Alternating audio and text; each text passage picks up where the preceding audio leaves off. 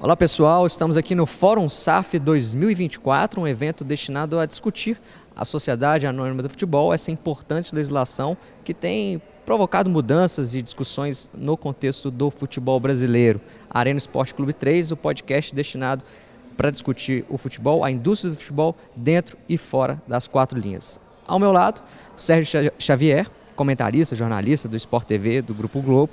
Muito obrigado. E qual a importância de um evento como esse, discutir as controvérsias, o avanço dessa legislação que tem uma correlação direta, né, com a indústria econômica do futebol brasileiro, que é tão importante para o país, né, tanto economicamente quanto culturalmente? Bom, em primeiro lugar, é uma honra estar aqui, o convite, falar sobre esse assunto. Eu gosto muito desse assunto já há muitos anos, desde que eu era da Placar. A gente tentava debater profissionalização, com a profissionalização, uma liga que precisava ser criada, enfim, essa é uma bandeira que a gente tem há muito tempo. E acho que a imprensa tem um papel fundamental para começar a explicar, né, que SAF não é uma mágica, né? Então eu fiz a SAF, eu comecei a ganhar título, eu fiz a SAF, eu fui campeão. Não é assim que funciona. A SAF é simplesmente uma chance que eu acho que os clubes têm, o futebol brasileiro tem, de se arrumar, né? Porque é uma grande bagunça, uma grande desarrumação, dívidas enormes de quase todo mundo. Então a SAF é um momento de zerar, né? É o famoso Ctrl Alt Del. Agora, depois que você deu esse Ctrl Alt Del, fez a SAF, você tem que resolver a tua vida. Você não pode entrar naquele processo antigo de eu quero ser campeão a qualquer custo, então eu me endivido e daqui a pouco, me endividei demais. Posso fazer de novo uma SAF? Não, tinha que ser uma única chance. Então eu espero que isso todo mundo entenda, né? E o torcedor entenda que o fato do time dele virar SAF não significa que esse cara vai ser campeão o resto da vida, né? Então, explicar isso, eu acho que é um pouco a função do jornalismo, é o que a gente tenta. Agora, eu acho que isso é um ponto sensível também. A SAF, ela é uma empresa, então ela tem objetivos distintos de uma associação sem fins lucrativos. Ela tem um dono que espera ali um investimento, né? E eu acho que o futebol brasileiro, por muitos anos, ele foi acostumado a ter financiadores. Alguém que põe o dinheiro e tchau, e benção pela paixão. E agora é um investidor. Ele coloca um dinheiro, mas ele quer um retorno. Dentro disso, desportivamente, os resultados podem não ser a prioridade para esse investidor. E há de chegar um tempo, talvez, que o futebol brasileiro vai ter 20, 40, 50 SAFs e 20 na Série A. E mesmo assim vai ser um campeão e 4 rebaixados. Dentro desse contexto de que talvez o resultado desportivo não seja a principal indicador de performance de uma SAF, qual que é o papel da imprensa nisso, de dialogar com o torcedor que nos últimos tempos, com o advento das redes sociais, ele tem estado um pouco mais agressivo, uma pressão maior? Qual que é o papel da imprensa para aliviar um pouco, explicar um pouco melhor para esse torcedor? Bom, eu acho assim que o resultado esportivo, ele pode não ser exatamente o principal para determinado tipo de clube. Deixa eu botar até dar um exemplo, né? A Red Bull Bragantino, né?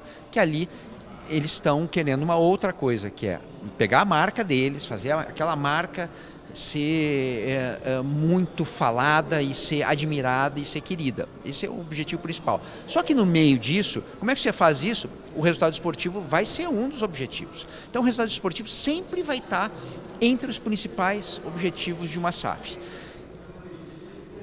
Acho que na maioria dos casos, o torcedor que recebe uma SAF, né, ele está numa situação que, geralmente, quando está entrando na SAF no Brasil, o clube dele estava endividado, complicado, uma chance muito pequena de conseguir resultados esportivos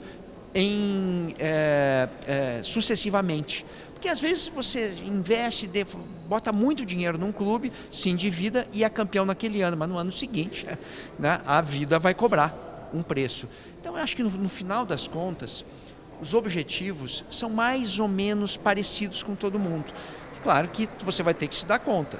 Não serei campeão todo ano, mesmo tendo uma SAF, porque tem, 15 SAFs ali, né? E só um vai ser o campeão e outra, né? Vai ter rebaixamento de SAF. Isso aí também é uma certeza, né? Que vai gerar uma falsa ideia de que a SAF... olha só, eu fiz a SAF e fui rebaixado. Não. Você foi rebaixado, você teve uma má gestão. nesse caso com o SAF, mas Uma provavelmente gestão desportiva. esportiva. Provavelmente você teria você cairia do mesmo jeito se não fosse SAF, ou talvez até antes, ou talvez de uma maneira até mais trágica, né? Então acho que você ir pontuando e explicando cada situação é o papel nosso da imprensa. Legal. Agora, para a gente encerrar, a gente tem vivido um ambiente midiático, as redes sociais, de uns tempos para cá, de uma nova figura, né? O influenciador, o setorista, que ele abre um canal no YouTube. Agora o Twitter está bloqueado, mas antes ele tem uma influência ali com 10, 15 mil micro, médio influenciadores que influenciam uma torcida, um clube. E existe uma diferença tênue, né, importante ali do trabalho de um influenciador e de um jornalista, mas eles têm dividido cada vez mais os espaços de coletivas de imprensa. A gente vê um atrito maior, por exemplo, entre treinadores, dirigentes com esses ambientes, talvez porque um influenciador, ele antes de fazer uma pergunta, ele faz mais um desabafo do que uma pergunta. Como que o senhor enxerga essa relação? Jornalismo, que tem ali princípios importantes, e esse advento desses influenciadores, esse mesmo mercado, nesse ecossistema do futebol? Eu estou achando bem engraçado, viu, no final das contas, porque uma série de clubes que começaram a incentivar os influenciadores achando que eles iam ser bajulados, né? E são bajulados, né? Então, quando, na boa, né, tá tudo certo. O bajulador faz a pergunta, levanta a bola, nenhum questionamento, os problemas do clube não são questionados quando as coisas vão bem. Quando as coisas vão mal, e o influenciador já descobriu, ele tem audiência, ele faz sucesso quando ele é agressivo. Então eu acho que os clubes estão tendo uma bela de uma lição, né? Que foi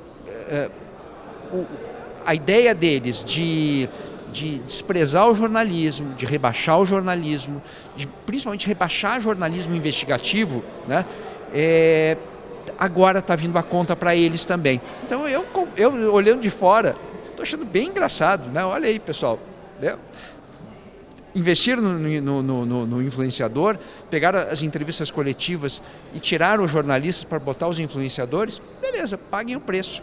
Quando as coisas forem bem, fica essa grande bajulação, mas quando for mal, prepare-se, porque a agressividade aumenta. Eu acho que o jornalismo é o lugar onde a gente questiona por bem, questiona por mal. É isso que o jornalismo profissional precisa fazer. Tem maus jornalistas, mal profissionais mesmo, está cheio, mas a gente está falando mais ou menos de linhas, e nessa linha eu acho que eu sou jornalismo Futebol Clube sempre. Mais do que 3 perguntas, uma aula. Muito obrigado, Sérgio. Estamos aqui no Fórum SAF 2024. Vem com a gente, vamos juntos transformar o futebol pela educação e transformar a educação pelo futebol.